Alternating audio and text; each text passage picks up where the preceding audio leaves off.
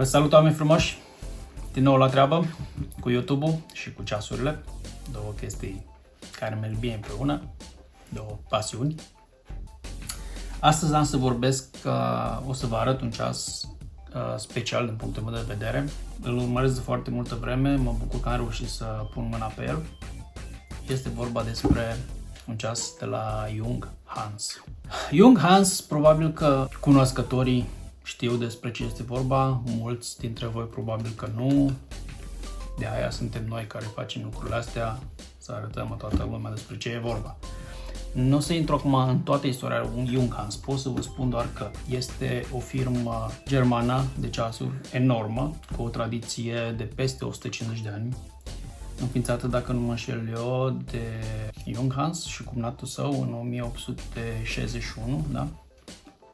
De-a lungul timpului, pe lângă faptul că a fost cea mai mare firmă de ceasuri din Germania, a fost, cred că, în 1903 declarată cea mai mare firmă de ceasuri la nivel global, deci e ceva.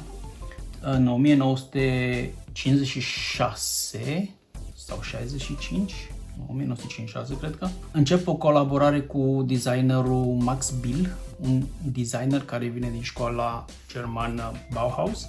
Aici o să intru în alt video în detalii ce este Bauhaus-ul și este o firmă care deține mai multe branduri de ceasuri în ziua de astăzi. Dar designerul ăsta, Max Bill, scoate în colaborare cu Junghans un model de ceas Junghans Max Bill. Foarte, foarte cunoscut, foarte, foarte bine vândut, foarte îndrăgit și un reper al firmei Junghans când vine vorba de lux. Ceasul, o cutie foarte mare, foarte frumoasă, nu e piele, dar arată foarte bine, iar înăuntru o cutie pe care scrie aici este gravat, se simte frumos, Junghans, foarte, inclusiv cuseturile sunt foarte simetrice, foarte bine făcută. Da, și înăuntru, fără prea multe folii și mai știu eu ce, este ceasul, un ceas, cum deja vă puteți da seama, elegant, un dresswatch. Am căutat de foarte multă vreme un dresswatch bun, frumos, mai am și alte, o să vă arăt, dar ăsta este ceva special. În cutie, ceasul, bineînțeles, care vine pe o perinuță, care la rândul ei rămâne aici un suport pentru ceas și o perinuță care poate fi folosită ca și celelalte dacă vrei să iei ceasul să-l pui în altă cutie. Eu nu am să o fac pentru că e bine așa cum e. În cutie mai avem aici sus o curălușă de care trage, prinsă cu Sky, și înăuntru avem bonul, factura, un prosopel micro care se șterge, inscripționat, bineînțeles, cu Junghans, și documentația de rigoare. Nu prea multe, doar ceea ce este nevoie. Garanție internațională, dacă nu mă înșel, este standard de 2 ani, în o grămadă de limbi. Așa, și un manual de folosință, un manual cu instrucțiuni, da, pentru diferite mecanisme care sunt integrate în aceste ceasuri. Este un ceas automatic, da? Al meu este cu mecanismul J800.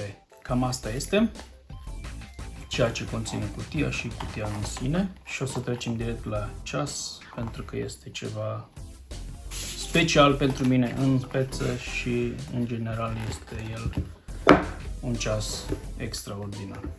Îl dăm deoparte și luăm ceasul în mână. Bun, cum am spus, un dresswatch de calitate superioară, dar la un preț accesibil pentru ceea ce este de fapt. Este vorba despre Junghans Form A, da? Pentru că au Form B și Form C. Este un ceas automatic cu mecanismul făcut în casă de ei. La bază ar fi, din cât m-am documentat eu, un Miyota 812A, dar e ceva modificat, ceva făcut de Junghans, și un 800, un mecanism automatic foarte finuț, foarte micuț, care este pe spate acoperit cu un geam fumuriu, da, închis, ceea ce ne permite să vedem tot ce este înăuntru. Este un ceas relativ mic pentru gusturile mele, pentru că eu nu merg niciodată pe ceasuri mai mici de 40 de ceas, ar fi limita de jos pe care eu le iau. Dar, având în vedere cum este construit, da, faptul că are în diametru doar 39,3 mm nu pare mult mai mare. De ce? Pentru că, după cum bine se vede, aproape că nu există marginea asta exterioară. Nu avem nimic aici, cum e la asta, de exemplu, de 3 mm, aproape 4 cât e, nu? 39,3, aproape 39,3 utili. Deci cadranul este la fel de mare. Și dacă tot suntem la măsurători, ia să punem șublerul pe el. Acum o să te reglat ăsta, ori nu vrea să țină cu mine. 39,1, hai să zicem că avem o toleranță aici. Și cadranul în sine, că marginea este foarte mică. 37, 38. În fine, și o grosime pentru un ceas automatic, ceas mecanic, extrem de slick, de mică. O grosime de doar 9,7 mm, deci sub 10 mm. Foarte, foarte subțire. Deci sub 10 mm este foarte mic. Ca să nu mai vorbim de distanța asta lag to lag, da? Care fiind foarte, foarte mică, de doar 43 de mm, permite să se așeze extrem de bine pe orice încheietură, fie mică, fie mare, da? Se pretează și pentru cei cu încheietură mică. Uitați cum așa arată, cât de bine arată, da? Acum, bineînțeles că este acoperit cu un geam de safir, cu antireflexie pe interior, da? Iar felul în care este construit, când te uiți la live așa, ai impresia că este cumva concav, e cumva în interior spre în jos cumva construit, dar nu e complet drept. Un finisaj dus la perfecțiune, foarte, foarte bine polișat, lucios, așa cum trebuie să fie un ceas de seară, un dresswatch. Cadranul alb, cumva, nu chiar un alb, pentru că eu tot ce am alb le fac comparație cu albul de la Withington ăsta meu ce am, da, este un fel de alb polar, se vede diferență puțin, da? Dar e mai bine așa pentru că este un ceas vintage, arată foarte bine. De exemplu, mai am de la Tissot un dresswatch ceva mai mare care pare alb, dar tot așa nu e alb, e argintiu. Uitați cât de bine se vede diferența, da? Deci, Junghans-ul ăsta e de o finețe extraordinară. Așa, Form A este exact asta, care nu are decât minutele din 5 în 5 inscripționate în capul indicilor, care sunt indici inscripționați. Iar pătrățelele micuțe care le vedeți acolo în locul secundelor, alea nu sunt nici aplicate, nici inscripționate, nici desenate, ci sunt pur și simplu cumva ștanțate sunt niște adâncituri în cadran, da? Deci în loc să meargă în sus, ele merg în jos, deci să se simt frumos. Țăgările foarte frumos finisate și astea,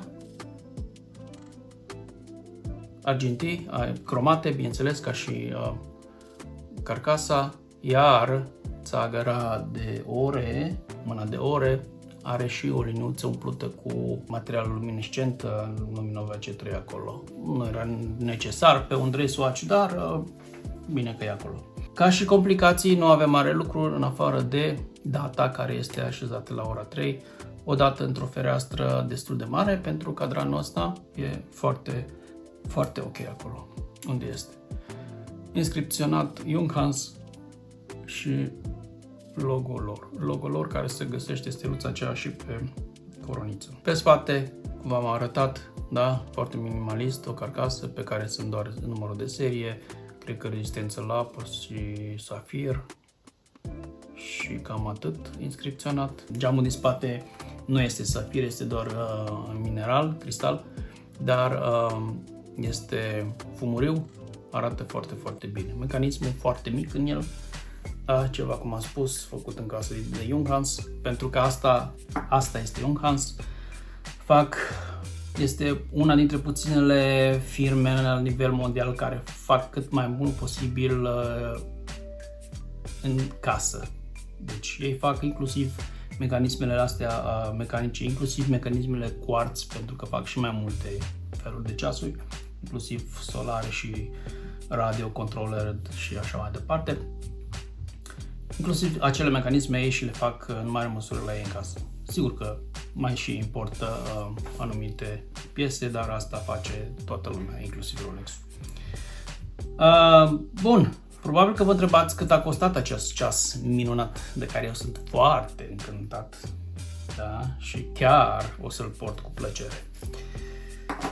O să vă spun cât m-a costat. El este listat la undeva 998 de euro. Eu l-am luat tot cu transport, m-a dus undeva la 1006 euro. O să-l pun la mână. Acum, dacă îl mai căutați, nu știu, modelul ăsta, deci Junghans Form A, dacă mai este disponibil sau cât de ușor îl mai găsiți, nu pot să vă spun. E foarte greu de găsit în momentul de față. În schimb, se mai pot găsi alte modele de la ei. Da, deci exact cum m-am așteptat, exact ceea ce am vrut să iau. Da?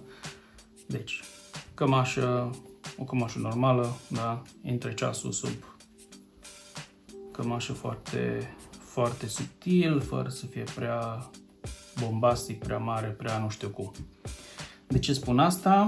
Pentru că, de exemplu, am și ăsta ca dress watch de la Tissot, care tot așa un ceas automatic extraordinar, da?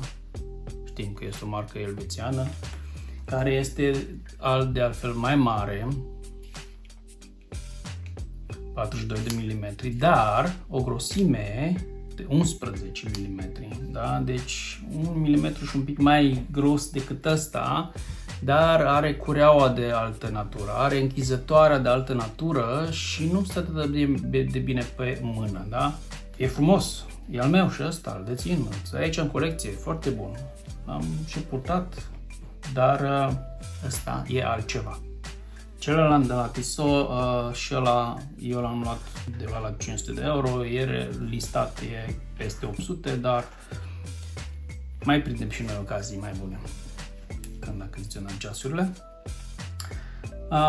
Asta, în schimb, prețul lui stă sus și e bineînțeles de ce, e clar de ce stă sus, da? Deci, o atenție extremă când vine vorba de detalii și de finisaj. Inclusiv cureaua asta de piele tratată pentru apă, am înțeles că cu toate că nu te duci cu el la apă, cu toate că are și rezistență mai mult decât suficientă, 50 de metri, mergi la o nută sau ceva sau la o parte și cazi în apă, pe el nu se întâmplă absolut nimic. Da, un ceas extraordinar. Junghans, o firmă de foarte mare tradiție, colaborare cu Bauhaus, nu firma de construcții Bauhaus, nu. Deci Bauhaus este o firmă, o școală germană de designeri interbelică cu foarte mare tradiție, designeri din toate domeniile, da? Ziua de astăzi Bauhaus deține și mai multe branduri de ceasuri. Bun, nu despre asta este vorba, dar în orice caz colaborarea cu Max Bill a fost o colaborare cu răsunet mondial. Da, o să vă pun câteva detalii, inclusiv cu locația Junghans, pentru că este ceva special, o să vedeți. cam asta am vrut să vă arăt. Ce aș mai vrea totuși, legat încă o dată de mărimea ceasului, da? Că este un ceas relativ micuț de 39,3, dar nu arată, da? Pus pe lângă cel de 42, uitați-vă doar la cadran, nu este diferență enormă, da? Pentru că aici avem un bezel relativ mare, da? Și atunci cadranul este relativ similar. Și ca să fie și mai elocvent, mai relevant, o să fac o comparație cu un dresswatch de la Dugena, tot o firmă germană, care diametrul exterior al carcasei este de 41 de milimetri, da, fix 41 față de 39,3. Și uitați-vă aici că avem, fără exagerare, cadranul de la Junghans pare mai mare. Am stat și l-am studiat foarte mult, am căutat foarte mult până m-am hotărât să îl iau. Da. Sunt foarte mulțumit, dar pur și simplu se pierde pe mână datorită faptului că este atât de subțire, da, iar dimensiunea asta este perfectă pentru orice încheietură. E o mână relativ groasă, sănătoasă, de-aia îmi place să port ceasurile mai mari. Bun, haideți vă rog cu întrebări. Scrieți-mi în comentarii ce ați vrea să știți mai mult despre Junghans, sau mai știu eu, despre ceasul ăsta sau despre alte modele. O să vă pun câteva cadre cu mai multe modele pe care ei le au. Orice, și o să vă ajut cu mare plăcere. Uitați-vă, o să vă pun linkul la o achiziție recentă, tot o marcă germană, Laco, da? Laco, care face furori în ultima vreme. Uitați-vă, vă rog, cu încredere. Haideți să ne întoarcem puțin privirea de la brandurile astea elvețiene, da? Pentru că sunt cele mari care merită sau nu merită banii după gustul fiecăruia, dar sunt și altceva. Sunt și altceva pe piață care tot acolo le putem încadra. Bun, nu asta de 1000 de euro, dar au și ei ceasuri exclusiviste de 8000 de euro. Bun, cam atât. Dacă căutați un ceas elegant, un dresswatch care să-și merită banii și să arate într-un fel extraordinar, eu pot să vă recomand cu încredere Junghans Form A în cazul meu, sau Form B sau Form C. Mecanic, pentru că au și pe mecanism quartz, dar probabil în alt video. Cam asta a fost astăzi. Mă bucur că am împărtășit cu voi. Vă mulțumesc că mă urmăriți, că sunteți cu mine. Haideți, vă rog, cu un like, bineînțeles cu un subscribe, cei care nu ați făcut-o, ar ajuta foarte mult. Critici, sugestii, păreri și așa mai departe. Nu pot decât să vă doresc toate cele bune. Salutare!